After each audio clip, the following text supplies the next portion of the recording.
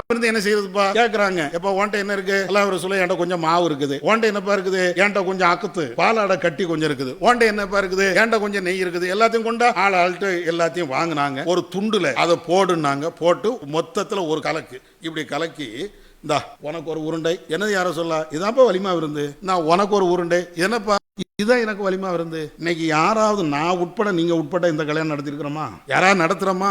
ஏன் இந்த சுண்ணத்து எங்க போச்சுன்னு? இந்த சுண்ணத்து இன்னைக்கு இருக்கா இல்லையா? இருக்கு. ஒரே ஒரு ஆள் மட்டும் இந்த சுண்ணத்தை கரெக்டா கடைபிடிக்கிறாங்க. யார் தெரியுமா? ரெண்டாவது கல்யாணம் பண்றவங்க. இந்த ரெண்டாவது கல்யாணம் பண்றான் பாருங்க, அக்காவுக்கும் தெரியாது, அண்ணனுக்கும் தெரியாது, உம்மாவுக்கும் தெரியாது, வாப்பாவுக்கும் தெரியாது. குடும்ப பெருமையெல்லாம் பேசினார்ல முதல் கல்யாணத்துக்கு என்ன செய்யறான்னா, அந்த பெருமை இந்த பெருமை ஆளவலாங்கிறான். ரெண்டாவது கல்யாணம் பண்ணும்போது அண்ணனுக்கே தெரிய மாட்டேங்குது. உன் தம்பி யாரு கூட போறானப்பா, யாரு கூட போறானா? அதுக்கப்புறம் விசாரிப்பான். ஆமா, அந்த பிள்ளை கல்யாணம் கட்டிட்டாம, அண்ணன் சொந்த அண்ணன், அந்த பிள்ளை அவன் ஒருத்தன் தாங்க இந்த ஹதீஸை ஃபாலோ பண்றான். வேற யாருமே தௌஹீத்வாதி நம்ம உட்பட எப்படியாவது ஒரு 1000 பேரையாவது கூப்பிடணுமே, ஒரு 50 பேரையாவது கூப்பிடணுமே நிக்கிறோம்.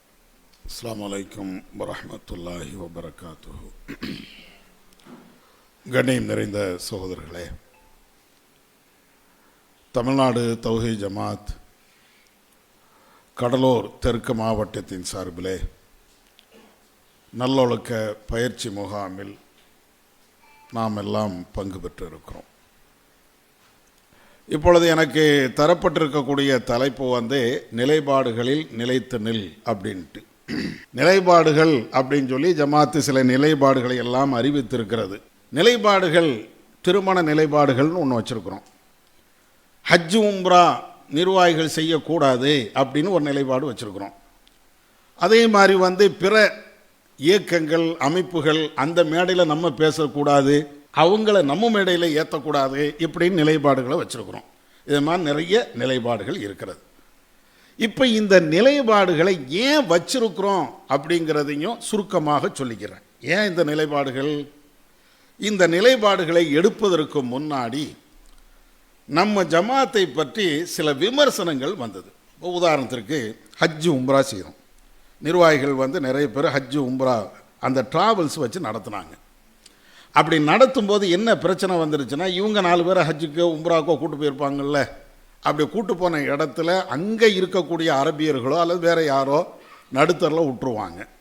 அப்போ நம்ம மக்கள் போய் நின்று, உங்களை நம்பித்தானே நான் வந்தேன், இப்போ ஹஜ்ஜி செய்ய முடியலை, உம்ரா இன்றைக்கி அது நடக்குது, இப்போவும் ஸ்டில்லையும் நடந்துக்கிட்டு தான் இருக்கிறது. நிறைய பேர் உம்ராவுக்கு நாளை காலைல ஃப்ளைட்டு சென்னைக்கு வாங்கம்பாங்க, கடைசி ஏஜெண்ட்டையும் காணாது, கூட்டு போன யாருமே காணாது, ஏர்போர்ட்டில் நின்றுட்டு திரும்பி வந்துடுவாங்க. அவ்வளோ கஷ்டப்படுறாங்க, இப்போவும் நடக்குது. அப்போ இதை மாதிரி பிரச்சனைகள் வரும்போது நம்முடைய நிர்வாகிகளில் உங்களுக்கெல்லாம் தெரியும், பழைய நிர்வாகிகள்னால் அப்படி நடத்திட்டு இருந்தாங்க. அவங்க நடத்தும்போது இந்த குற்றச்சாட்டுகள்னால் வரும்போது டிஎன்டிஜக்காரனே இப்படி தான் அப்படின்னா, டிஎன்டிஜக்காரனே இப்படி ஏமாத்த தான் செய்வான் அப்படின்னாங்க. சரி, டிஎன்டிஜக்காரன் சொன்னால் கூட பிரச்சனை இல்லையே, தௌஹீதுக்காரனே இப்படி தான் அப்படின்னாங்க. எங்கே அடி வாங்குதுன்னு தெரியுதா? இப்போ நான் உம்ரா சர்வீஸ் நடத்துகிறேன், 4 பேரை உம்ராவுக்கு கூட்டு போகிறேன், அதில் மிஸ்டேக் ஏற்பட்டுடுச்சு, பார்ட்டிகள் உம்ரா செய்ய முடியாத ஒரு நிலை ஏற்பட்டுடுச்சு. இப்படின்னு வந்த உடனே என்னால் அவன் பாதிக்கப்பட்டிருக்கலாம், நான் இன்னொருத்தனால் பாதிக்கப்பட்டிருக்கலாம். இதை பொதுமக்கள் எப்படி எடுத்தாங்கன்னா, தௌஹீதுக்காரனே இப்படி தான், நான் செஞ்ச ஒரு மிஸ்டேக்கு எங்கே அடி வாங்குது அப்படின்னா என்னுடைய கொள்கையை பாதிக்குது. இப்போ தான் என்ன செய்தோம் அப்படின்னு சொன்னாச்சுன்னா, ஆரம்பத்தில் நான் சொல்கிறது நேற்று இன்னைக்கு எடுத்ததில்லை, ஒரு 20-25 வருடங்களுக்கு முன்பு அப்போ எடுத்தது. நம்ம ஹஜ் உம்ராலாம் செய்ய வேண்டாம், 20 வருஷம் இருக்கும்னு நினைக்கிறேன், என்னோட யாபத்தில் சொல்கிறேன், 20 வருஷம் இருக்கும். அப்போ தான் நம்ம எடுத்தோம் ஹஜ் உம்ரா என்ற இந்த செயல்பாடே வேண்டாம். ஏன்? இதில் நம்ம யோக்கியனாக இருந்தாலும் நம்ம இன்னொரு ஆள்கிட்ட டையை போச்சு ஆட்களை அனுப்புவோம், அவன் மிஸ்டேக் பண்ணிட்டான் அப்படின்னு சொன்னால் அது பாதிப்பு நமக்கு வருது, நம்மோடு நிற்கலை, கொள்கையை அது பாதிக்குது. கொள்கையை பாதிக்கா இல்லையா? அதே மாதிரி தான் தேர்தலில் உங்களுக்கெல்லாம் பழைய ஆட்களுக்கெல்லாம் தெரியும், திடீர்னு அதிமுகவை ஆதரிப்போம், இங்கே வந்தோடனே திமுகவை ஆதரிப்போம், அங்கே போனோடனே காங்கிரஸை ஆதரிப்போம், இங்கே வந்தால் கம்யூனிஸ்ட்டை ஆதரிப்போம். கேள்வி கேட்டான் பாருங்களேன், என்னடா இது, என்ன கொள்கடா வச்சிருக்கிற, இங்கே திமுகங்கிற, அங்கே அதிமுகங்கிற, இங்கே காங்கிரஸ், என்ன இது, இப்படி போட்டு குழப்புறீங்களே அப்படின்னோடனே அப்பவும் அதே பேச்சு தான், நஜாத்துக்காரன் தானே, மார்க்கத்தை எப்படி குழப்பினானோ அதே மாதிரி இப்படி தான் அரசியலையும் குழப்பத்தான் செய்வான். எதுக்கு எடுத்தாலும் நம்ம செய்யக்கூடிய இதை மாதிரி விஷயங்களில் பாதிப்புக்கு உள்ளாக்கப்படுவது எது அப்படின்னா கொள்கை. தௌஹீதுக்காரன் இப்படி தான் நடப்பான், தௌஹீதுக்காரன் இப்படி தான் நடப்பான், தௌஹீதே இப்படி தான் அப்படின்னா இப்போ தான் ஒவ்வொன்றா ஆஹா இது நம்ம போகிற போக்கு சரியில்லை, அப்போ இது வேண்டாம், இதை செய்ய வேண்டாம், இதை செய்ய வேண்டாம் அப்படின்னு சொல்லி சில நிலைப்பாடுகளை நாம் அறிவித்தோம். நிலைப்பாடுகள் நாம் அறிவிப்பதற்கு அடிப்படையான காரணமே என்னென்ன நிலைப்பாடுகள் இருக்கிறதோ அதற்கு பின்னணியில் ஒரு சம்பவம் இருக்கும்.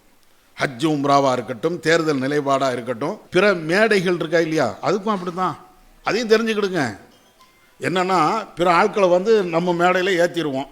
அரசியல்வாதியாக இருக்கட்டும் அல்லது வேறு கொள்கையில் உள்ளவங்களாக இருக்கட்டும், அவங்கள ஏற்றிடுவோம். உடனே இங்கே நின்றுட்டு அவர் என்ன பேசுவார், நம்ம மேடையில் நபி ஸல்லல்லாஹு அலைஹி வஸல்லம் அவர்களை கனவிலும் நினைவிலும் கண்டுகளிக்கின்ற பாக்கியத்தை அல்லாஹ் உங்களுக்கும் எனக்கும் தந்தருவானாக அப்படிம்பார். அப்படின்னா என்னென்னு விளங்குதா?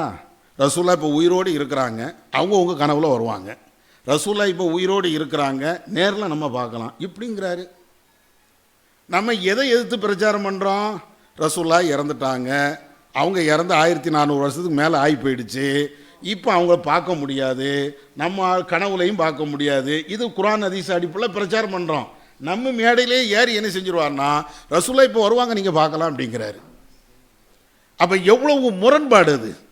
அப்போ இதை மாதிரி ஆட்கள்லாம் பேசுகிறாங்க, இதாவது பரவாயில்ல, வேறு வேறு ஆட்கள் வேறு மாதிரிலாம் பேசுவாங்க. அப்போ தான் என்ன செஞ்சிட்டோம்னா வேண்டாம், பிற ஆட்கள் நம்ம மேடையில் ஏற்ற வேண்டாம், நம்ம வேறு எந்த மேடையிலையும் ஏற வேண்டாம் அப்படின்னு. இப்படி எந்த நிலைப்பாடுகளாக இருந்தாலும் அதற்கு பின்னணியில் ஒரு சம்பவம் இருக்கும்.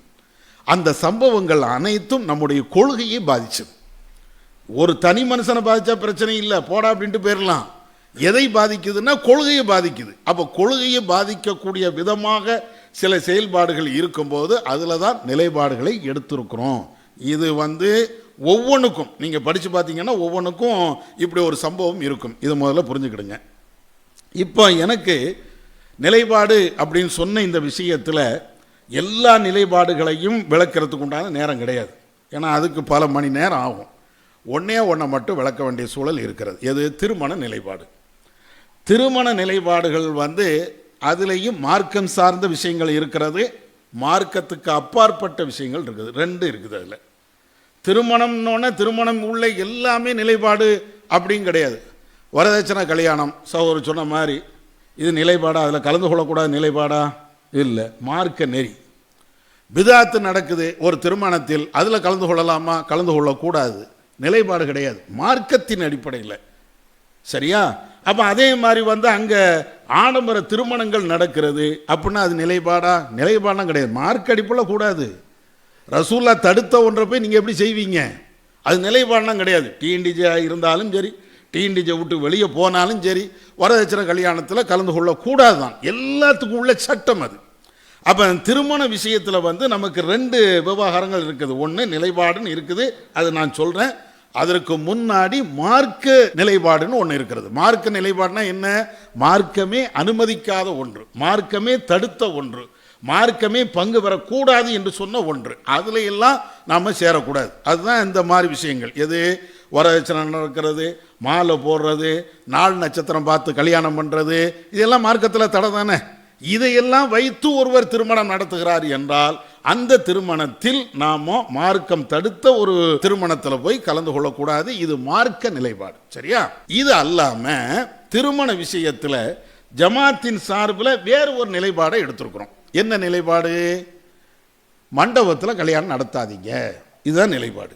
வரதட்சணை கல்யாணத்தில் நடத்தாதீங்கன்னு நம்ம சொல்ல மாட்டோம், அது மார்க்கமே சொல்லக்கூடிய ஒன்று, அது நிலைப்பாடு அல்ல, மார்க்க சட்டம். மண்டபத்தில் திருமணம் நீங்கள் நடத்தாதீங்க அப்படிங்கிறோம்.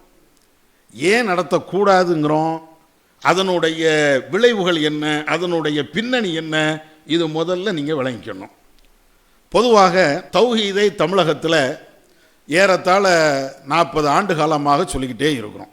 அதற்கு முன்னாலேயும் சொல்லியிருக்கிறாங்க. ஓரளவுக்கு பிரபலியமானது இந்த 80களுக்கு பின்னால் ரொம்ப கூடுதலாக நம்ம பேசிக்கிட்டே இருக்கிறோம். இப்படி பேசுகின்ற அந்த காலகட்டத்தில் தமிழகத்தினுடைய திருமணம் மற்ற முஸ்லீம்கள் செய்யக்கூடிய அந்த நிகழ்ச்சிகள் எல்லாத்தையும் நீங்கள் பார்த்தீங்கன்னா ஆடம்பரம் தான் மிஞ்சி நின்னது. வரதட்சணை என்பது மிக கொடூரமாகலாம் நடந்துச்சு. எல்லா இடத்துலையும் வரதட்சணை வரதட்சணை இல்லாத ஒரு கல்யாணம் அப்படின்னு நீங்கள் சமூகத்தில் பார்க்கவே இயலாது. அன்னைக்கே நான் சொல்கிறதெல்லாம் 80களில் 90களில் நீங்கள் வரதட்சணை வாங்காமல் ஒரு ஆள் திருமணம் பண்ணிட்டாருன்னா பயங்கர புரட்சின்னு எழுதுவாங்க. மேலப்பாளையத்தில்னா எங்கள் தென்காசி நெல்லை மாவட்டத்தில் எல்லாம் மற்ற எல்லா விதத்தும் நடக்கும். ஊர் அடைக்க பந்தல்லாம் போடுவாங்க, ஊருக்கே சாப்பாடெல்லாம் போடுவாங்க, எல்லாம் நடக்கும். ஆனால் வரதட்சணை இல்லாமல் ஒரு ஆள் கல்யாணம் பண்ணிட்டார் அப்படின்னா பேப்பரில் செய்தியாக வரும். எப்போ? இன்னைக்கு நான் சொல்லலை, ஒரு 30 ஆண்டுகளுக்கு முன்பு நான் சொல்கிறேன், பேப்பரில் செய்தியாக வரும். அப்படின்னா எவ்வளோ வரதட்சணை நடக்கும்னு நீங்கள் பாருங்கள். பேப்பரில் எப்போ செய்தியாக வரும்? ஒரு அரிதாக ஒன்று நடந்தால், ஊரில் 1000 கல்யாணம் நடக்குது, 1000ல் ஒரு கல்யாணம் இப்படி நடந்தால் இதுதான் அரிது. இதை மாதிரி நடந்துச்சு. அப்போ சமூகத்தில் அன்னைக்கு ஆடம்பர திருமணங்கள், வரதட்சணை திருமணங்கள், சீர் கொடுக்கக்கூடிய திருமணங்கள், பெண் வீட்டுக்கு மாப்பிள்ளைக்கு பெண் வீட்டில் இருந்து வீடு கொடுக்கக்கூடிய திருமணங்கள் இப்படித்தான் நடந்துச்சு. அப்போ நம்முடைய தௌஹீத் ஜமாத்து மிக கடுமையாக பேசுறது வரதட்சணையை தான் பேசியிருப்போம் ஒவ்வொரு ஊர்லேயும். ஏன்னா தௌஹீத் பேசுறதுக்கு அனுமதி தர மாட்டான். மீட்டிங் பெர்மிஷன் வாங்குறதே வரதட்சணை ஒழிப்பு கூட்டம், இப்படி தான் பெர்மிஷனே வாங்குவோம், அதுக்கு தான் தருவான். அதில் வரதட்சணையும் பேசுவோம், தௌஹீதையும் பேசுவோம், அது ரெண்டாவது. ஆனால் எல்லா இடத்திலையும் திரும்ப திரும்ப திரும்ப திரும்ப இந்த வரதட்சணையை பேசுனதின் காரணத்தினால இறைவனுடைய வரலாறு இன்னைக்கு அது கம்மி. வாங்குறாங்க, வாங்காமைனா இல்லை, கொஞ்சம் மறைமுகமாக வாங்குறாங்க, இப்படி இப்படின்னு வேற ஏதாவது ஒரு வழியில் வாங்குறாங்க, பகிரங்கமாக வாங்கலை. நானா சின்ன பிள்ளைலாம் இருக்கும்போது எங்கள் ஊரில் தென்காசிலேருந்து நடந்த சம்பவங்கள், ஆலிம்சா இருப்பார், ஊர் ஜமாத் தலைவர்கள் இருப்பாங்க, அந்த சபையில் அப்படியே பணத்தை மஞ்சள் பையில் வச்சு தாளால் வச்சு இப்படி கொடுக்கணும். நிறைய கல்யாணத்தில் நானும் பார்த்துருக்குறேன். கல்யாணத்துக்கெல்லாம் அப்போ போவோம்ல, அப்போ பார்த்தது. அதுவும் இப்போ மாதிரி அப்படி பேங்கில் போட்டுரு இப்படி போட்டுரு அப்படி தந்திரி இதெல்லாம் கிடையாது. பகிரங்கமாக இவ்வளவும் கொடுத்ததுக்கு பின்னாடி ஒரு ஆள் உட்காந்து அந்த மஞ்சள் பையை திறந்து எண்ணுவார். 2 தாள் கம்மியாக போயிடுச்சுன்னா என்ன செய்கிறது? 1 லட்ச ரூபா, 2 லட்ச ரூபா, 10 லட்ச ரூபா இப்படின்னு வரதட்சணை வாங்குறாங்கல்ல, அதுக்குன்னே ஒரு ஆள் கவுண்டிங் பண்ண, எண்றதுக்குன்னே ஒரு ஆள் உட்காந்துக்கிட்டு தனியாக உட்காந்து எண்ணுவார். இவ்வளவு பகிரங்கமாக நடக்கும். அப்போ இவ்வளவு பகிரங்கமாக நடக்கும்போது தான் நம்ம இதை எதிர்த்து கடுமையாக பிரச்சாரம் பண்ணுறோம். அப்படி பிரச்சாரம் பண்ணும்போது 2 விஷயத்தை மையப்படுத்தணும். பெண் வீட்டில் இருந்து எதையும் வாங்கக்கூடாது. எதையும்னா வரதட்சணைங்கிற பேரில் வாங்கினாலும் சரி, பெண் வீட்டில் இருந்து சீரி என்ற பேரில் வாங்கினாலும் சரி, எல்லாமே தப்பு அப்படின்னோம். அதோடு சேர்த்து திருமணத்தில் நடக்கக்கூடிய அனாச்சாரங்களை எல்லாம் மிக கடுமையாக விமர்சனம் பண்ணோம். வாழை மரம் நட்டுதல் இது எங்கப்பா இருக்குது? மாலை போடுறது எங்கப்பா இருக்கிறது? கேட்டோம், ஒவ்வொரு இடத்துலையும் கேட்டோம். மாலை போடுறீல்ல, அது எங்கே இருக்குது? ரசூலா மாலை போட்டாங்களா? வாழை மரம் நட்டுதீங்களா? பந்தல் பிரம்மாண்டமாக போடுறீல்ல, இதெல்லாம் எங்கே இருக்கிறது? இது எல்லாத்தையும் கேட்டோம். இப்படி கேட்கும்போது தான் அன்னைக்கு இருந்த சுன்ன ஜமாத்தை சார்ந்த ஆலிம்கள் ஒரு பதில் சொன்னாங்க. மாலை ஏன் போடக்கூடாது? அத்தரை போடுதில்ல, அதுக்கு பதிலாக மாலை. அத்தரை எப்படி நறுமணமோ அதே மாதிரி மாலை. இந்த வாதம் இதெல்லாம் உங்களுக்கு இப்போ நான் சொன்னால் புதுசாக தெரியும். அன்னைக்கு சுன்ன ஜமாத்து ஆலிம்சாக்கள் நம்ம எதை பேசினாலும் ஒட்டுலாம் வைக்க மாட்டாங்க. மாலை போடுவது கூடும்பா, ஏப்பா கூடும் அப்படின்னு கேட்டிங்கன்னா அத்தரை போடுது இல்லை, அதுதான் மாலை அப்படின்னாங்க. அதுக்கப்புறம் நம்ம அதுக்கு பதில் சொன்னோம், எப்போ அத்தரை போடுறதும் மாலையும் ரெண்டும் ஒன்றா? இது பிரமத கலாச்சாரமாக இல்லையா மாலை போடுறது? அவன்லாம் எல்லாத்துக்கும் மாலை போடுவாங்க, நீ எப்படி மாலை போட்ட? அவங்க போடுறது அவங்களுடைய கொள்கை, அவங்களுடைய சித்தாந்தம், அது தனி. நீ எப்படி எப்போ அந்த மாலையை நீ போட முடியும் அப்படின்னு கேட்டுட்டு, சரி அத்தருக்கு பதிலாக தானே மாலை, ஏன் அத்தரையே போட்டுப்போ, அத்தருக்கு பதிலாக தான் மாலை அப்படின்னா எந்த மாப்பிள்ளையாவது மாலை மட்டும் போட்டு அத்தரை போடாமையா இருக்கிறான்? அத்தரோ ஸ்ப்ரேயோ 40 ஸ்ப்ரே அடிக்கிறீங்க, இங்கே ஒரு ஸ்ப்ரே அங்கே ஒரு ஸ்ப்ரே அப்படின்னு அடிச்சுட்டு தானே போகிற, பிறகு எதுக்கு மாலை? இப்படியெல்லாம் லாஜிக்காக பல்வேறு கேள்வி. இது எல்லாத்தையும் விட்டுட்டு அறிவுபூர்வமாக பேசுகிறதெல்லாம் தனியாக வச்சுட்டு மார்க்க ரீதியாக ஒன்று முன் வச்சோம். என்ன முன் வச்சோம் தெரியுமா? இவைகள் அனைத்தும் வீண் விரையும். அப்போ தான் கொண்டு வரோம். இன்னைக்கு கொண்டு வந்ததில்லை. இந்த மாலை போடுவது, வாழை மரம் நட்டுவது, மாப்பிள்ளைக்கு என்று பல செட்டப்புகள் பண்ணுறது, திருமணத்துக்கு என்று பல செலவுகளை செய்கிறது, இது எல்லாத்தையும் பட்டியல் போட்டு இவைகள் அனைத்தும் இஸ்ராஃப் வீண் விரயம் அப்படின்னோம். அப்போ கேட்டாங்க, வீண் விரயம்னா என்ன? வீண் விரயத்துக்கு உங்களால் அளவுகோல் காட்ட முடியுமா? அப்படிலாம் இன்னைக்கு சில பேர் அதெல்லாம் வாதம் வைக்கிறாங்க. நான் சொல்கிறது இன்னைக்கு இல்லை, 30 வருஷத்துக்கு முன்னாடி வீண் விரையும் அதுக்கு என்ன அளவுகோல் அப்படின்னாங்க. அப்போ தான் சொன்னோம், வீண் விரையும் நீனும் அளவுகோல் வைக்க வேண்டாம், நாங்களும் வைக்க வேண்டாம். ரசூல்லா சொன்னாங்க, இன்ன ஆலமன் நிக்காஹி பரக்கா ஐசருஹு மௌனா. பரக்கத்து நிறைந்த திருமணம் என்பது செலவினங்கள் மிக மிக எளிமையாக நடத்தப்படுகின்ற திருமணம். ரசூல்லா அதுதானே சொன்னாங்க, எளிமையாக, என்ன எளிமையாக நீ நடத்துறியோ அதுதான் பரக்கத்து. 10 ரூபாயில் உன் கல்யாணம் நடத்துறியா அதுதான் பரக்கத்துன்னு நாங்கள் ரசூல்லா. 20 ரூபாயில் உன் கல்யாணத்தை நடத்துறியா அதுதான் பரக்கத்துன்னு நாங்கள் ரசூல்லா. அப்போ எளிமைக்கு, இஸ்ராஃபுக்கு ரசூல்லா சொன்ன விளக்கத்தை நீ எடுத்துட்டு போ, எங்க விளக்கம் வேண்டாம், வேற யாருடைய விளக்கமும் வேண்டாம் அப்படின்னு சொல்லி, எளிமையான திருமணம் என்பது பரக்கத்து நிறைந்தது, அதுதான் நபி அவர்கள் கற்றுத்தந்த திருமணம் அப்படின்னு சொல்லி 30 ஆண்டுகளுக்கு முன்பு அன்னைக்கு இருந்த இந்த அனாச்சாரங்கள், திருமணம் பேரால் நடைபெறுகின்ற எல்லாத்தையும் ஒழிச்சு கட்டணும். அதனால தான் இன்னைக்காவது கொஞ்சம் பரவாயில்லை, இல்லைன்னா திருமணம் இதை விட நம்முடைய சமூகத்தில், முஸ்லீம் சமூகத்தில் இன்னும் கடுமையாக நடக்கும். இப்போ இவைகளுக்கு எல்லாம் 2 விஷயத்தை சொல்லியிருக்கிறோம். வரதட்சணை, மார்க்கத்துக்கு எதிரான நிகழ்வுகள், இதை ஒழிச்சோம். ஓரளவுக்கு விழிப்புணர்வு பிரச்சாரத்தை செஞ்சு அதில் வெற்றியும் கண்டிருக்கிறோம். அதே மாதிரி திருமண செலவை குறைத்து செலவு பண்ணுங்க அப்படின்னு சொல்லி இந்த ஹதீஸை மையமாக வச்சு இவ்வளவும் பண்ணோம். இப்பவும் ஓஞ்சபாடு இல்லை. அப்போ தான் இன்னும் மறுபடி ஆய்வு பண்ணோம். ஆய்வு பண்ணும்போது தான் இந்த திருமணத்துக்குன்னு மக்கள் ஏன் இவ்வளவு செலவு பண்ணுறாங்க, செலவு பண்ணுவதற்கு என்னென்ன வாசல்னா திறந்து இருக்கிறது அப்படின்னு சொல்லும்போது தான் முதல்ல திருமணம்னாலேயே கல்யாண மண்டபம் தான். நிறைய ஆட்களை கூப்பிடுறாங்க. நிறைய ஆட்களை கூப்பிட்டதின் காரணத்தினால வீடு பத்தலை அப்படிங்கிறாங்க. வீடு பத்தலை அப்படிங்கிறதுக்காக வேண்டி மண்டபத்துக்கு கூப்பிட்டு போகிறாங்க. அப்போ உன்னை யார் இவ்வளோ ஆட்களை கூப்பிட சொன்னா? இதுதான் ஃபஸ்ட்டு அன்னைக்கு வச்ச கேள்வி. நான் அன்னைக்கு ஞாபகம் தான் படுத்துகிறேன்.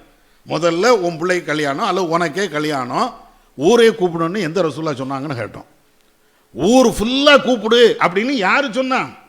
உறவுக்காரங்களை எல்லாத்தையும் கூப்பிடு யார் சொன்னா? சொல்லு, முதல்ல அதை சொல்லு, ஹதீஸை சொல்லு.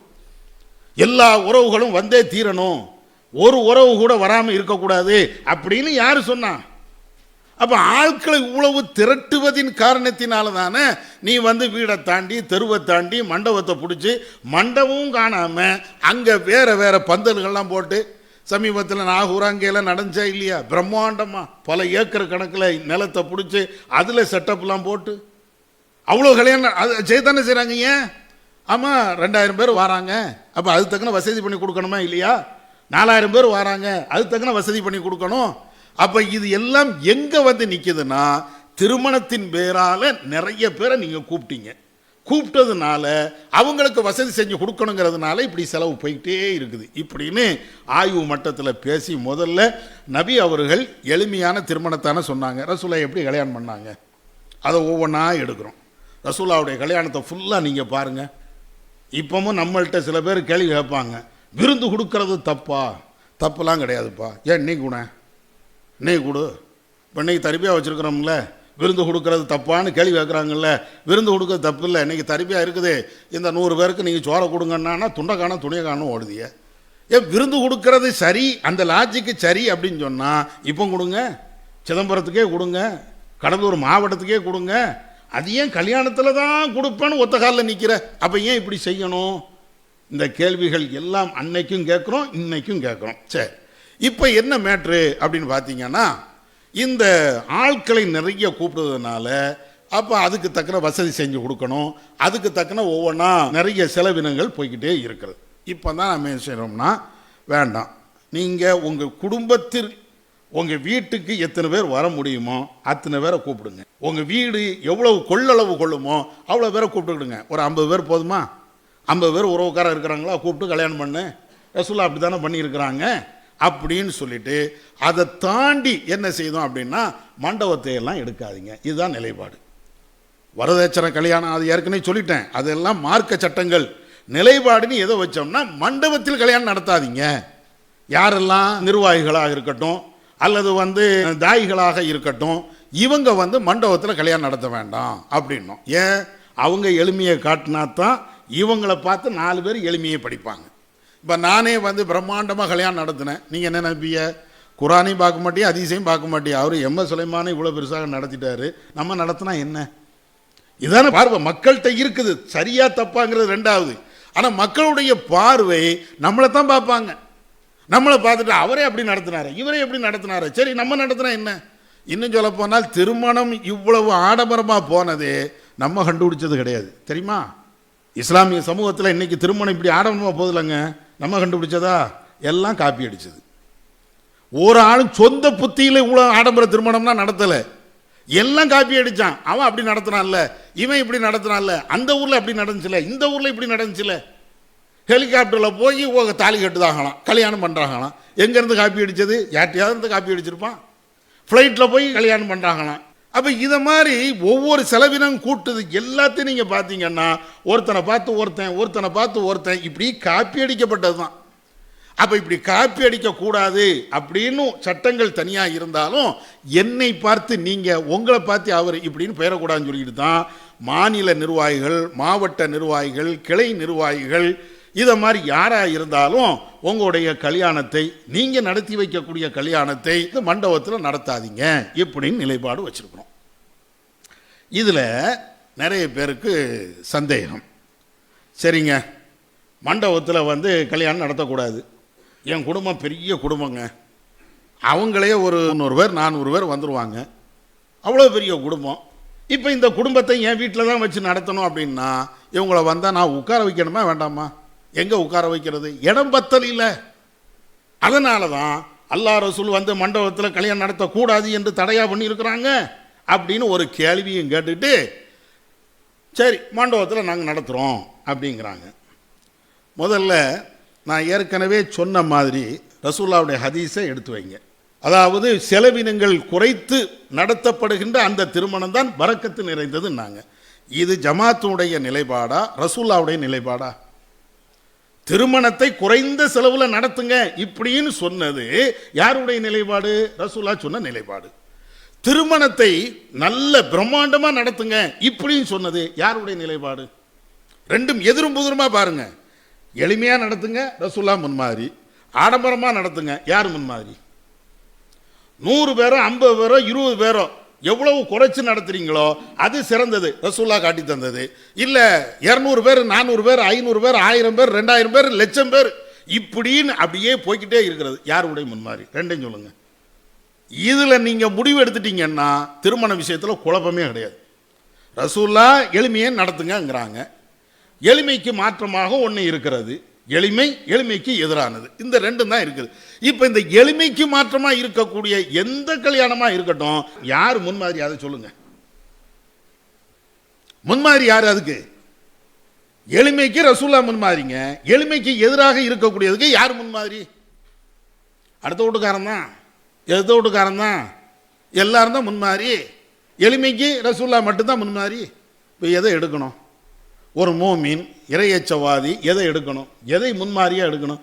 பிறகு எதுக்கு வாய்களையும் நம்ம பேசுகிறோம்? உஸ்வத்துன் ஹசனா, ரசூலுல்லாஹ்விடத்தில் அழகிய முன்மாதிரி இருக்குது. பேசுகிறதுக்கு அருகதை இருக்கா? நம்மளுக்கு பேசுகிறதுக்கு தகுதி இருக்கா? ஆடம்பரமாக கல்யாணம் நடத்துவோம், அதில் போய் நான் கலந்து கொள்வேன், அதை ஆதரிப்பேன் அப்படின்னு சொன்னால் ரசூலுல்லாஹ்விடத்தில் உங்களுக்கு முன்மாதிரி இருக்கிறது வரலாற்றுக்கு மட்டும்தானோ? நெஞ்சில் கை கட்டுறதுக்கு மட்டும்தானா? கொள்கையை பேசுகிறதுக்கு மட்டும்தானா? நடைமுறை வாழ்க்கைக்கு ரசூலுல்லாஹ் நமக்கு முன்மாதிரி இல்லையா? திருமண விஷயத்தில் ரசூலுல்லாஹ் முன்மாதிரி இல்லையா? அது ஏன் சிந்திக்க மாட்டேங்கிறோம்? இது ரசூலுல்லாஹ்வுடைய முன்மாதிரி, இது அல்லாத மற்றவருடைய முன்மாதிரி, சைத்தானுடைய முன்மாதிரி கூட சொல்லலாம். சைத்தானுடைய முன்மாதிரிகளுக்கு நம்ம அதுக்கு ஆள் போடுறோம். ரசூலுல்லாஹ்வுடைய முன்மாதிரி அது என் குடும்பம் பெரிய குடும்பம், இன்னும் கொஞ்சம் பேர் என்கிட்ட நான் ஒவ்வொரு இடத்தையும் சொல்லிக்கிட்டு தான் வாரேன். ஜி உங்கள் குடும்பம் மாதிரி எங்கள் குடும்பம் இல்லை ஜி. ஏண்டையே நிறைய பேர் கூப்பிடுவாங்க, உங்கள் குடும்பம் மாதிரி என் குடும்பம் இல்லை ஜி. சரி உங்கள் குடும்பம் என்னங்க? அது நிறைய பேர் இருக்கிறாங்க சொந்த பந்தங்கள், ஒரு ஆளை விட்டா கூட குடும்பத்தில் கலவரம் வந்துருங்க ஜி. உங்கள் வீட்டில் என்ன நீங்கள் சொன்னால் கேட்டுக்கிடுவாங்க, எங்கள் வீட்டில் எவனும் கேட்க மாட்டான். என்ன சொல்ல வரான் தெரியுதா? நீனா முட்டா பையா, நாம தான் அறிவாளிங்கிறான் ஏன்டையே அதுதானே அதுக்கு அர்த்தம். உங்கள் குடும்பம்லாம் வேற, எங்கள் குடும்பம்னா ஏன் நீ என்ன வானத்தில் இருந்தா குதிச்ச? நீனும் என்ன மாதிரி ஒரு ஆணுக்கும் பெண்ணுக்கும் பிறந்தவன் தானே. அப்புறம் எங்கள் குடும்பம் மட்டும் இப்படி, உங்கள் குடும்பம் மட்டும் அப்படி, என்ன ஏற்றத்தாழ்வு? இதுதானே பெருமை. இது பெருமை தவிர வேற என்னங்க? இது பெருமையான பேச்சை தவிர வேற என்ன இருக்குது? உங்கள் குடும்பம் மாதிரி என் குடும்பம் இல்லை அப்படின்னா என்ன அர்த்தம்? என் குடும்பம் பொருளாதாரத்திலையும் சரி, பண வளத்திலையும் சரி, எல்லாத்துலேயும் வலிமையாக இருக்கிறாங்க. உங்கள் குடும்பம் பிச்சைக்கார குடும்பம். நீ 4 பேரை வச்சு நடத்துவ, எங்கள் குடும்பம் பெரிய வசதியான குடும்பம், அதனால அதுதான் எனக்கெல்லாம் கோபம் வந்துடும். டக்குன்னு சொல்லிடுவேன், இந்த பெருமையை பேசிட்டு இங்கே வராத, எஞ்சி போ, நீ கல்யாணத்துக்கு நான் கூப்பிட வரல, உன் குடும்ப பெருமையை பேச வந்திருக்கிற, அதுதானே வந்திருக்கிற, குடும்ப பெருமையை பேசுறதுக்காண்டி இங்கே எதுக்கு வர, என்ன கூப்பிடணும் ஒன்று வேண்டாம், நீ கூப்பிடாம இருந்தாலும் நான் சண்டையெல்லாம் போடுறது இல்லை. நிறைய கல்யாணத்தை புறக்கணிச்சிருக்கிறோம், ஏன் இந்த பெருமையை பேசிட்டு வந்ததுனால. அப்போ அதனால் உன் குடும்பம் வேறு எங்கள் குடும்பம் வேறுன்னு பேசினாலேயே முதல்ல விளங்கிக்கிடுங்க, இவன் பெருமை பிடிச்சவன். பெருமை பிடிச்சவன்ட்ட நம்ம பேசணும்னு அவசியம் இல்லை. பெருமை இல்லை, இது பெருமை, கடுமையான பெருமை இது. அவன்கிட்ட போய் நம்ம வாதம் பண்ணணும்னு அவசியம் இல்லை, நீ அல்லாட்ட போய் பதில் சொல்லிப்போ. அப்போ அதனால் முதல்ல இந்த லாஜிக்கெல்லாம் விட்டுருங்க. ரசூல்லா முன்மாறி என்றால் ரசூல்லா காட்டி தந்த அடிப்படையில் நடப்போம், சைத்தான் முன்மாறி என்றால் நீங்கள் எதனாலும் செஞ்சுட்டு போ அப்படின்னு தான் இதில் முடிவுக்கு வரணும். அடுத்து 2வது விஷயம் என்னென்னா, ஒரு கேள்வி இதில் கேட்பாங்க, எங்கள் ஆட்கள் நிறைய கூப்பிடக்கூடாதுங்கிறீங்க, சரி நிறைய கூப்பிடக்கூடாதுன்னா எளிமையாக நடத்தணுங்கிறீங்க, அப்போ வலிமா விருந்து ரசூல்லா சொன்ன சுன்னத்து தானே, அப்போ வலிமா விருந்து எவ்வளோ நாளும் கொடுக்கலாம்ல அப்படிம்பாங்க. என்னப்பா ஆதாரம் அப்படின்னு கேட்டிங்கன்னா, ரசூல்லா வலிமா விருந்து கொடுன்னாங்க. ஆமாம் கொடுன்னாங்க. அதுக்குண்டான அளவுகோல் என்ன? வலிமா விருந்துக்கு எவ்வளோ பேரை கூப்பிடணும்? 40 பேரையா, 100 பேரையா, 200 பேரையா, 300 பேரையா? சொல்லு, ஹதீஸ்ல இருந்து காட்டுங்க. வலிமா விருந்து ரசூலா கூடுன்னு சொல்லிட்டாங்க, எண்ணிக்கை சொன்னாங்களா? இல்லை. அப்போ எவ்வளோ நாளும் கொடுக்கலாம் தானே, உணவு தானே கொடுக்குறோம், ரசூலா கட்டுத்தந்த ஒரு சுன்னத்து தானே. அப்போ அதனால தான் நான் பிதாத்து நடத்தலை, வரதட்சணை வாங்கலை, சீர் கொடுக்கலை, மார்க்கம் தடுத்த எதையுமே செய்யலை, நபி அவர்கள் காட்டு தந்த இந்த வலிமா விருந்தை நான் செய்கிறேன். அது என்ன, நீ 50 பேர்னு ஏன் வைக்கிறிய, 100 பேர்னு ஏன் வைக்கிறிய, ஒரு 1000 பேர் நான் கொடுக்கல அப்படிங்கிறாங்க. புரியுதா வாதம்? புரியுதா? அப்போ முதல்ல கேள்வி என்னன்னா, வலிமா விருந்து கொடுப்பதற்கு, திருமண விருந்து கொடுப்பதற்கு எண்ணிக்கையை ரசூல்லா சொன்னாங்களா? சொல்லலை. அதனால நான் எவ்வளோ பேருக்குனாலும் கொடுப்பேன். இதுதான் பயங்கரமான ஒரு வாதம். இந்த வாதத்தை நீங்கள் யோசிச்சு பார்த்தீங்கன்னு வைங்களேன், 1ஆம் நம்பர் முட்டாள்தனமான ஒரு வாதம் இது.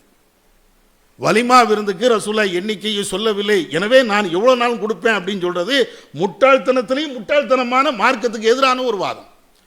ஏன்? முதல்ல நம்பரை ரசூலா சொல்லலைங்கிறது உண்மை. அதே நேரத்தில் வேற வேற ஹதீஸுக்கு முரண் இல்லாம தான் இதை வழங்கணும். என்ன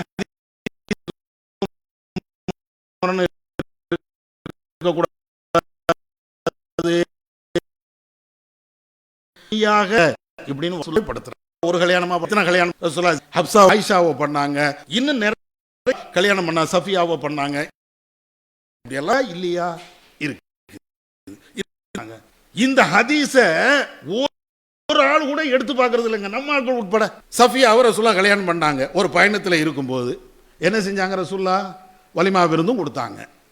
எப்படி கொடுத்தாங்க? அந்த ஹதீஸை நீங்கள் முஸ்லீமில் புகார்லன்னா இடம்பெறும், அந்த ஹதீஸ் ஃபுல்லாக நீங்கள் படித்து பாருங்க. நபி அவர்கள் வருகிறார்கள், ஒரு பயணத்தில் கைதியாக பிடித்து கொள்ளப்பட்ட பெண்ணு தான் சஃபியா, அவங்கள கல்யாணம் பண்ணுறாங்க. கல்யாணம் பண்ணும்போது கூட ரசூல்லா இங்கே நிற்கிறாங்க, சஹாபாக்கெல்லாம் அங்கே நிற்கிறாங்க, ஒவ்வொரு இடமா வர்ற வழியில் தங்குவாங்களா இல்லையா, அப்படி அங்கனாங்கன்னா தங்கிட்டே இருக்கிறாங்க. அப்படி இருக்கும்போது தான் கல்யாணம் முடிஞ்சு போச்சு, யார்கிட்டையுமே சொல்லலை, கல்யாணம் முடிஞ்சிருச்சு. அதுக்கப்புறம் ரசூலா என்ன செய்கிறாங்க? வலிமா விருந்து கொடுக்கணும். வலிமா விருந்து என்ன செய்யறதுப்பா கேட்குறாங்க, எப்போ ஓன்ட்ட என்ன இருக்குது?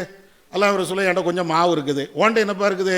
என்கிட்ட கொஞ்சம் அக்கத்து பாலாடை கட்டி கொஞ்சம் இருக்குது, ஓன்ட்ட என்னப்பா இருக்குது? என்கிட்ட கொஞ்சம் நெய் இருக்குது, எல்லாத்தையும் கொண்டா.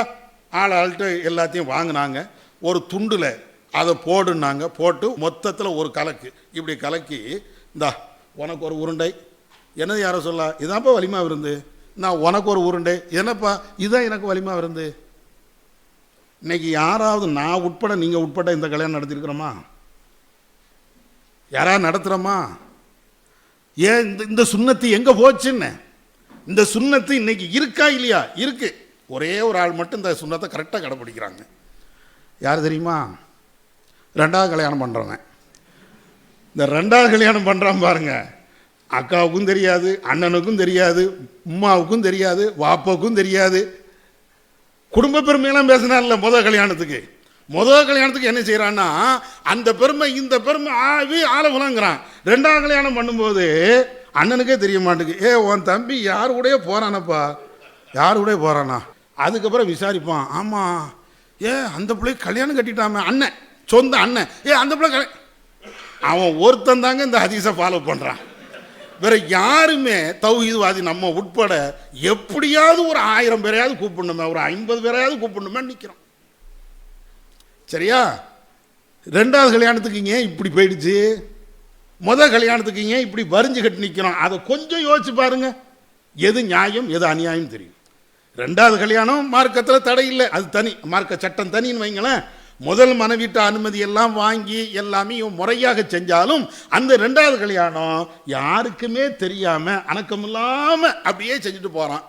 முதல் கல்யாணமாக இருந்தால் குடும்ப பெருமை, கோத்திர பெருமை, அடுத்த வீட்டுக்காரன் பெருமை, மண்டப பெருமை, காசு பணம் எல்லாம். அப்பந்தான் இந்த வாதம்லாம் வருது. எந்த வாதம்? எண்ணிக்கை ரசூலுல்லாஹ் சொன்னார்களோ? ஏன் 2வது கல்யாணத்துக்கு கேட்க வேண்டியதானே? நீங்க இந்த 2வது கல்யாணங்கிறது கொஞ்சம் போய் இழுத்துட்டு ஓடுறான், அதை மட்டும் நீங்கள் கற்பனை வைக்காதீங்க. நீங்கள் இன்னொரு 2வது கல்யாணம் இருக்குது. உண்மையிலேயே சமுதாயத்தில் தலாக் விட்டாங்க, தலாக் விட்டுருப்பாங்கல்ல, குலாவோ தலாக்கோ, அப்படி கணவன் மனைவி பிரிஞ்சுட்டாங்க. முறையாக நம்ம ஜமாத்தே சேர்ந்து செய்து இந்த மாதிரி 2வது கல்யாணம் எத்தனையோ நம்ம நடத்தி வச்சிருக்கிறோம். உண்மையிலேயே அவங்க கணவன் மனைவி அவங்க பிரிஞ்சு வேற வேற ஆட்களும் வேற மாப்பிள்ளையெல்லாம் பார்த்து கட்டுவாங்கல்ல, அந்த 2வது கல்யாணம் சொல்கிறேன். யாருக்காவது தெரியுதா? யாருக்காவது தெரியுதா? நம்ம கூட உள்ள ஒரு ஆள் இருக்கிறாரு, அவருடைய பிள்ளைக்கு தலாக்கு, அவருடைய பிள்ளைக்கு 2வது கல்யாணத்தை பண்ணி வைக்கிறாரு, யாருக்குமே தெரியலை. எங்க அந்த பிள்ளைக்கு தலாக்கு விட்டாங்களே, திரும்ப இதாக மாப்பிள்ளை கிடைச்சதா? மாப்பிள்ளைக்கு ஒரு பிள்ளை வந்துருச்சுப்பா அப்படிங்கிறான். எப்போ நடந்துச்சு? இப்போ மட்டும் கரெக்டாக பார்க்குறீங்கல்ல. ஹலாலான அடிப்படையில் நம்ம ஜமாத்தை நடத்தி வைக்கக்கூடிய 2வது கல்யாணத்தில் இங்க வந்து வாதம் பண்ண மாட்டேங்கிறானே. வலிமா விருந்துக்கு நம்பர் என்ன கேட்க மாட்டேங்கிறான். ஏன் கேட்கல? இதுதான் கேள்வி. அப்ப என்ன விளங்குது? கரெக்டான திருமணம்ங்கிறது இந்த 2வது கல்யாணம் பண்ணும்போது கடைபிடிக்கிறீங்களா இல்லையா? அதுதான். முதல் கல்யாணத்துக்கு இப்படி ஆடம்பரம் அல்லது ஆட்களை கூப்பிடணும்னு நினைக்கிறது, அது அடுத்த ஆளை காப்பி பண்ணோம். ரசூலாவே முன்மாதிரியா எடுக்கல, ரசூலாவே முன்மாதிரியா எடுக்கல. எடுக்காதனால வந்து விளைவுகள். அடுத்து நீங்க அந்த ஹதீஸை நீங்க பாருங்க. சஃபியாவுக்கும் ரசூலா இப்படி செய்யறாங்க. அதே மாதிரி எல்லா பெண்களுக்கும் ரசூலா கல்யாணம் பண்ண அத்தனைக்கும் வலிமா விருந்து தான் கொடுத்தாங்க. வலிமா விருந்து இப்படி தான் கொடுத்துருக்குறாங்க. புகாரில் ஒரு ஹதீஸ் வரும். நபிகள் நாயகம் ஸல்லல்லாஹு அலைஹி வஸல்லம் அவர்கள் தங்களுடைய மனைவிமார்களில் கூடுதலாக வலிமா விருந்து ஒரே ஒரு பெண்ணுக்கு கொடுத்தாங்க, ஜைனப். என்னப்பா கொடுத்தாங்க? பயங்கரமாக வலிமா விருந்து ரசூலா கொடுத்தாங்களாம். எவ்வளோ கொடுத்தாங்க? அவங்க ஒரு ஆட்டை அறுத்து வலிமா விருந்து கொடுத்தாங்க. உச்சகட்டம். அதாவது சின்ன அளவுக்கு ரசூலா கொடுத்துருக்குறாங்க, பிரம்மாண்டமாக ரசூலா கொடுத்தது ஒரே ஒரு ஆட்டை அறுத்து அவங்க வலிமா விருந்து கொடுத்தாங்க. இவ்வளோதான் இருக்குது. உச்சகட்டமேங்க. ஒரு ஆடை அறுத்து எவ்வளோ பேர் சாப்பிடலாம்?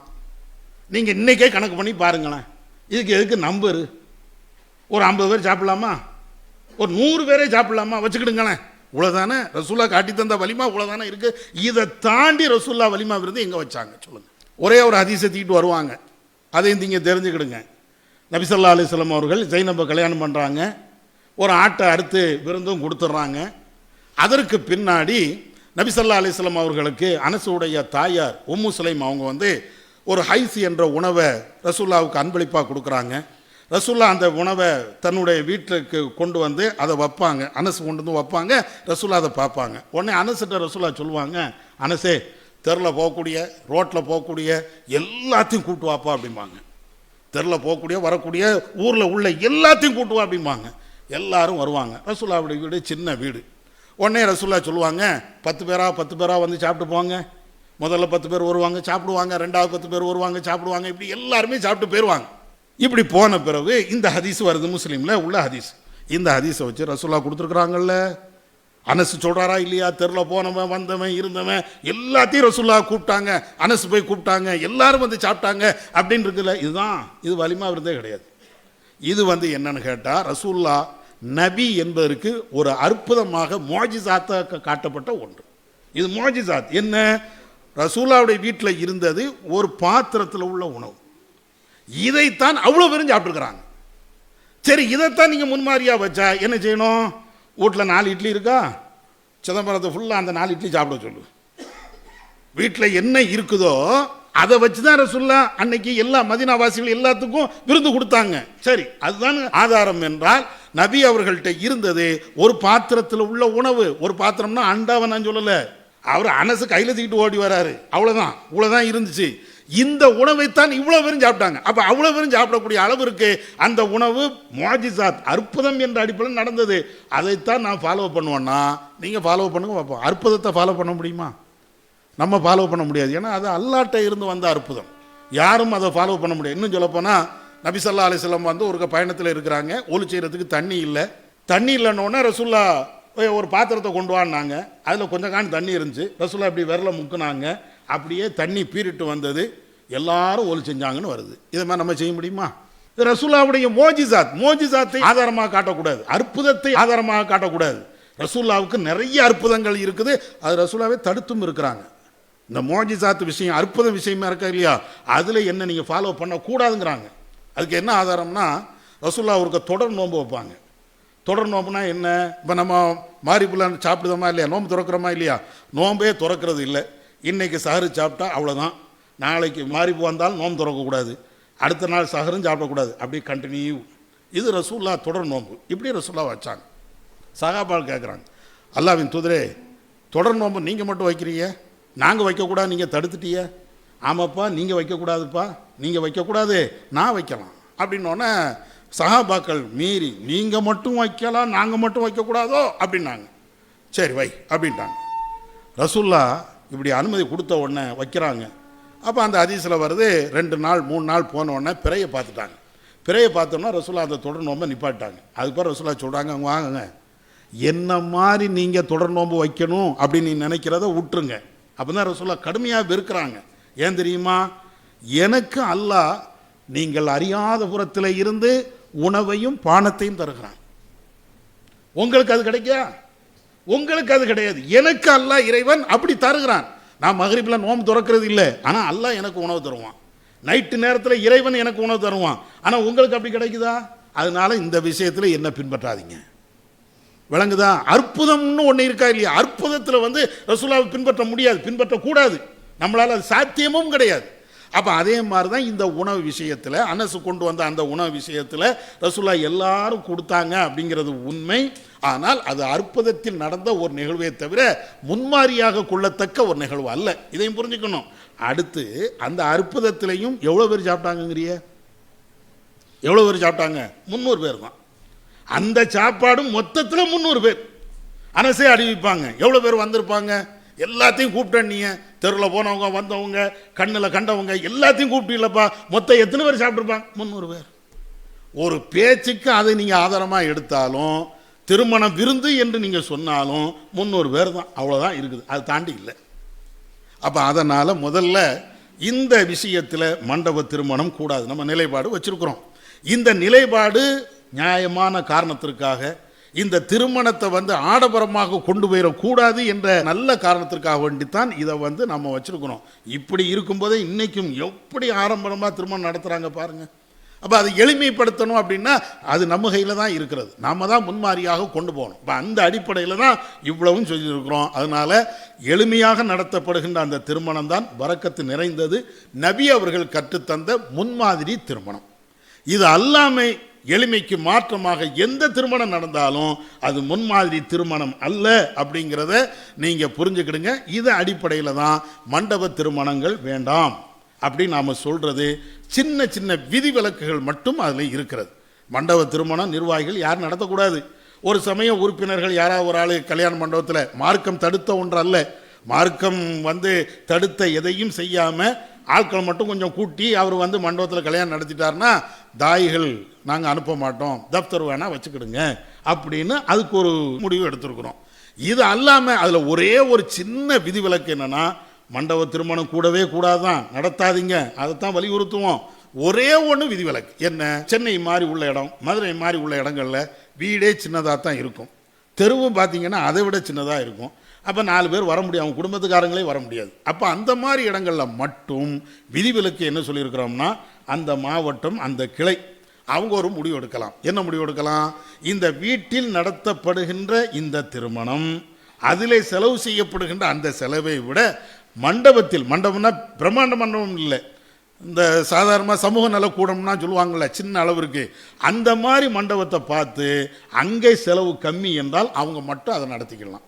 அதாவது தெருவில் வீட்டில் நடத்தக்கூடிய திருமணத்தினுடைய செலவை விட மண்டபத்தில் நடத்தக்கூடிய, மண்டபம் என்றால் சமூக நலக்கூடத்தில் நடத்தக்கூடிய அந்த திருமணத்தினுடைய செலவு குறைவு என்றால் அது மாவட்டமும் கிளையும் அவங்களும் முடிவு எடுத்து சொன்னால் அதுக்கு மட்டும் அனுமதி. பாக்கி எந்த மண்டபத்துக்கும் திருமணம் நடத்தாதீங்க, ரசூலாவே முன்மாதிரியாக வைங்க அப்படிங்கிறோம். இந்த மண்டபம் மாவட்டம், கிளை, மாநிலம் யாராக இருந்தாலும் நடத்தாதீங்கன்னு தான் சொல்லணும். எளிமையாக நடத்துங்க அப்படின்னு சொல்கிறோம். இந்த விதிவிலக்கு என்பது உறுப்பினர்களுக்கு தான் கொடுத்து வச்சுருக்கணும், அதையும் வழங்கிடுங்க. உறுப்பினர்களுக்கு என்ன, எந்த அடிப்படையில்? அந்த கிளையும் மாவட்டமும் அவங்க முன்கூட்டியே இப்படி நிலை, இப்போ நீங்கள் சொல்கிறீங்களா இல்லை, இந்த நிலையெல்லாம் விலைக்கு மாவட்டமும் சரிதான், இவங்க அந்த 7,000 ரூபா மண்டபத்தில் நடத்துறது தப்பு இல்லை, கிளையும் ஆமாம் ஒன்றும் இல்லை, இது எளிமை தான் அப்படின்னு அவங்க சான்று கொடுத்து தலைமைக்கு சொன்னால் தலைமை அதை விசாரித்து ஓகேன்னு சொல்லுவாங்க. இதே மாதிரி அந்த கிளை நிர்வாகியோ மாவட்ட நிர்வாகிகளோ அவங்களுக்கும் அப்படி வந்ததுன்னா நானாக முடிவு எடுக்கக்கூடாது, அப்பவும் அந்த கிளை முடிவு எடுக்கணும். அந்த கிளையும் மாவட்டமும் முடிவு நடத்தி முடிச்சுட்டு வந்துங்க சொல்லக்கூடாது. நடத்துறதுக்கு முன்னாடி எப்படியும் கல்யாணம்னா திடீர்னு யாரும் நம்ம திருமணம் நடத்துறது இல்லை, முன்கூட்டியே திட்டமிட்டு தான் திருமணம் நடத்துகிறோம். அப்போ முன்கூட்டியே திட்டமிட்டு நடத்தும் போது முன்கூட்டியே அந்த சூழலை அறிந்து இப்படி தாங்க இருக்குது, இப்போ நீங்கள் சொன்ன மாதிரி 10 பேர் தான் வீட்டில் இருக்க முடியும், 15 பேர் தான் இருக்க முடியும், வேறு வழியே இல்லை, இதை விட இன்னொரு செலவினங்கள் குறைவாக இருக்குது, அங்கே நடத்தலாம் அப்படின்னு நாங்கள் முடிவு எடுத்துருக்கோன்னா அதுக்குண்டான எல்லா விவரத்தையும் சொல்லி, சும்மா போகிற போக்கில் இங்கே முடியலை அங்கே அப்படிங்கிறது இல்லாமல் புள்ளி விவரத்தோடு, இப்போ வீட்டில் நடத்தினால் இவ்வளோ செலவு, உதாரணத்துக்கு சொல்கிறேன், ஒரு 15,000 ரூபா ஆகுது. இதே கல்யாணத்தை பக்கத்தில் சமூக நலம் கூட இருக்குது, அங்கே நடத்தினால் 7,000 ரூபாயில் முடியும். அதனால் நான் 7,000 ரூபாயில் இந்த கல்யாணத்தை முடிக்க நான் விரும்புகிறேன். இன்னும் இருக்குது கிளை, மாவட்டம், அவங்கள்ட்டையும் விசாரிச்சுக்கிடுங்க. நான் என்னுடைய மனோஇச்சையின் அடிப்படையில் சொல்லலை, அல்லது என்னுடைய விருப்பத்தின் அடிப்படையில் சொல்லலை, இது நடைமுறையில் உள்ளது அப்படிங்கிறத அங்கேயும் ஒப்புதல் வாங்கி தலைமை போனீங்கன்னா தலைமை அதை விசாரிப்பாங்க. சரின்ட்டு இதுதான் மேட்ரு. நடந்தது என்னன்னு ஒரு பக்கம் இருக்கட்டும், இனிமேல் நடக்கக்கூடியதுக்குத்தான் நம்ம தீர்வும் காண முடியும், சொல்யூஷன் அதுக்கு தான். சரியா? அதனால பொதுவாக இந்த திருமண விஷயத்தில் எந்த குழப்பமும் வேண்டாம், ரசூலாவை மட்டும் முன்மாதிரியாக எடுங்க. அஸ்ஸலாமு அலைக்கும். அல்லாஹு அக்பர். அல்லாஹ்